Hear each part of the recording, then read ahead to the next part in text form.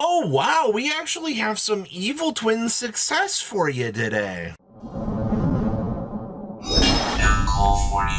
Make sure you guys smash the like, crap out of that subscribe button so you guys don't miss out more content. It's Wednesday, and you know what that means. Next Play just had another event out here.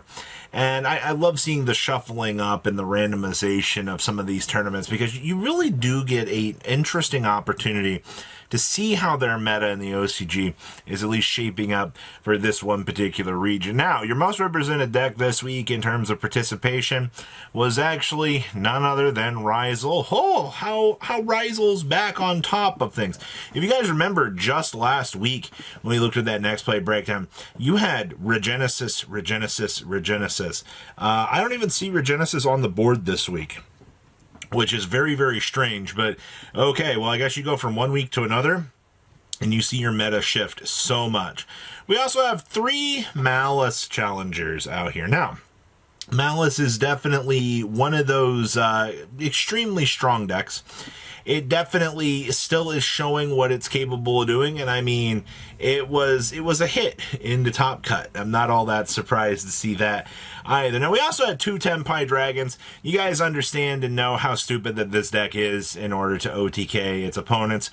And then there was Memento. Memento actually did amazing this week. Memento actually ended up smashing down the door into top cut, which once again kind of proves to me, you know, something a little bit more interesting is as Malice is back off of Shifter, you know, you'll notice the weeks where, you know, like Malice will look like it's ramping up Shifter, and then other weeks you'll see a dial back on Shifter's presence in some of these decks, which definitely, I think, does make or break Malice's success out here on some of these weekly spin throughs. Now, I'm not sure what this deck is next to us, but I do see what appears to be a danger deck.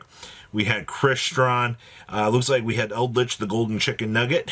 We also had some Evil Twin action, some Vanquish Soul, some Runic. We also had Neptibus, so it also appears that as the weeks go on, water has been, you know, kind of fluctuating in terms of its success. I see we also had the power of Snake Eyes, and we also had, is that Fallen of Albaz? Brandon's been kind of doing some things again.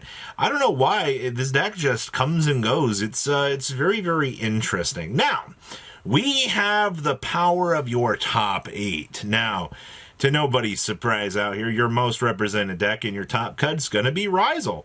And that's the story that we see as each of these events tend to go out here. You know, Rizol just goes up to bat and it usually knocks it out of the park, but not today. While Rizol did have 3 in the top cut, this is not a victory run for Rizol. No.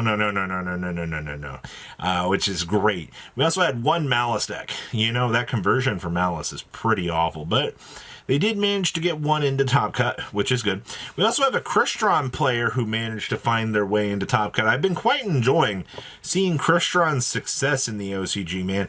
That deck is actually just kind of a nice little monster when it has a chance to step up out here and do things. We also had Aquaman and friends. So Mermail still doing some very nice, surprising things, which I like. And then, of course, Evil Twins. Oh, man. You know, I don't think anybody was expecting to see Evil Twins making a splash out here, but they actually managed to do it.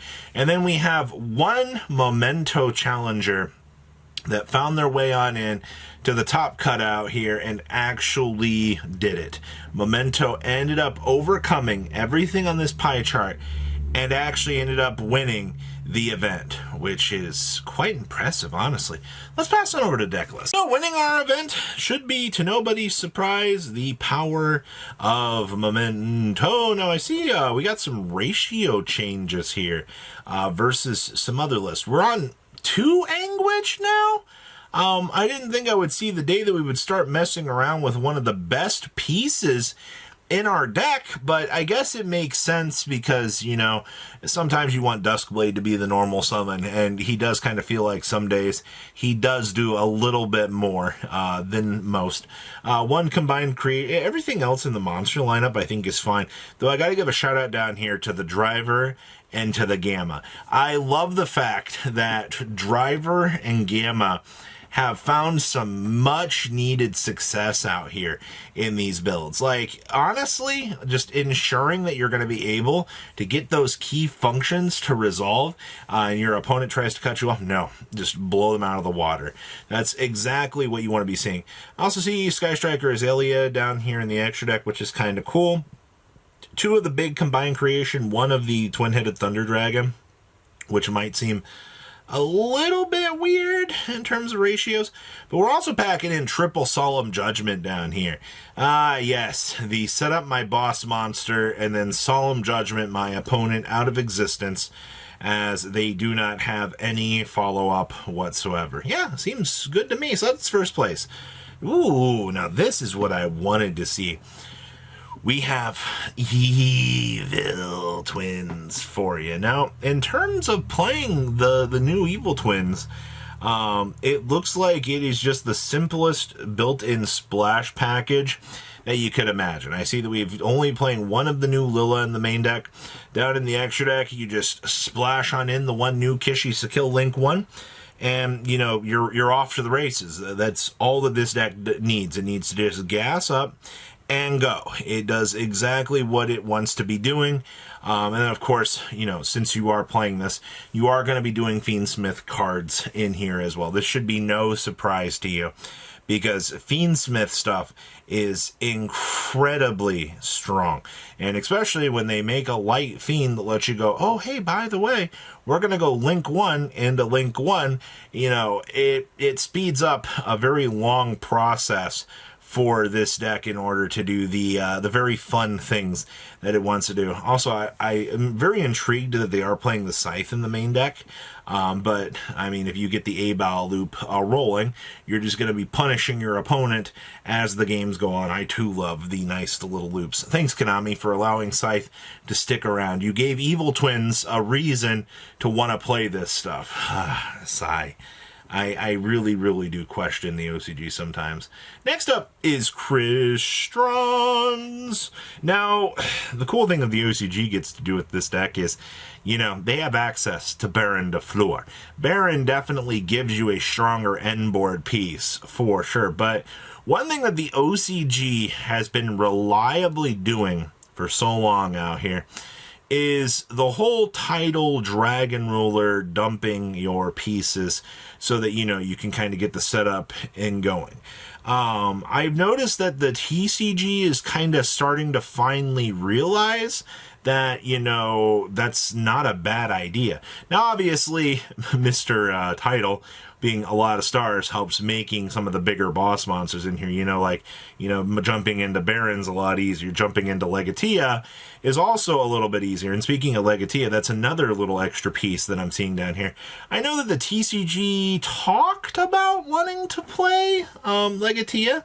I've not seen any talk or success with it, actually, which I don't know. I'm kind of intrigued with that. But outside of that, you also do see good old Scythe down there in the extra side deck.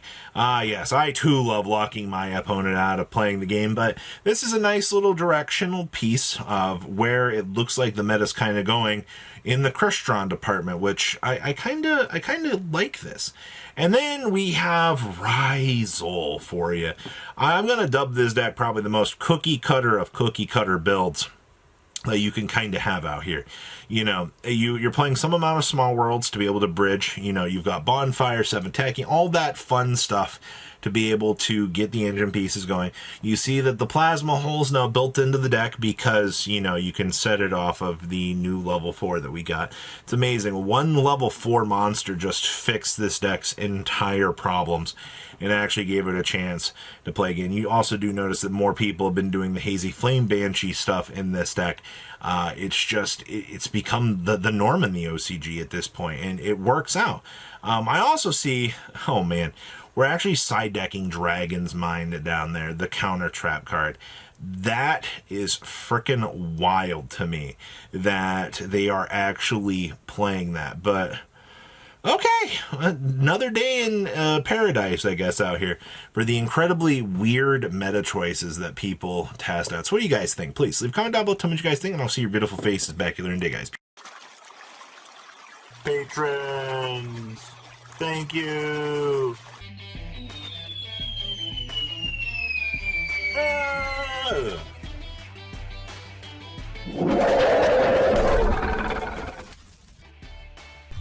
Thank you so much for watching. Check out these other videos.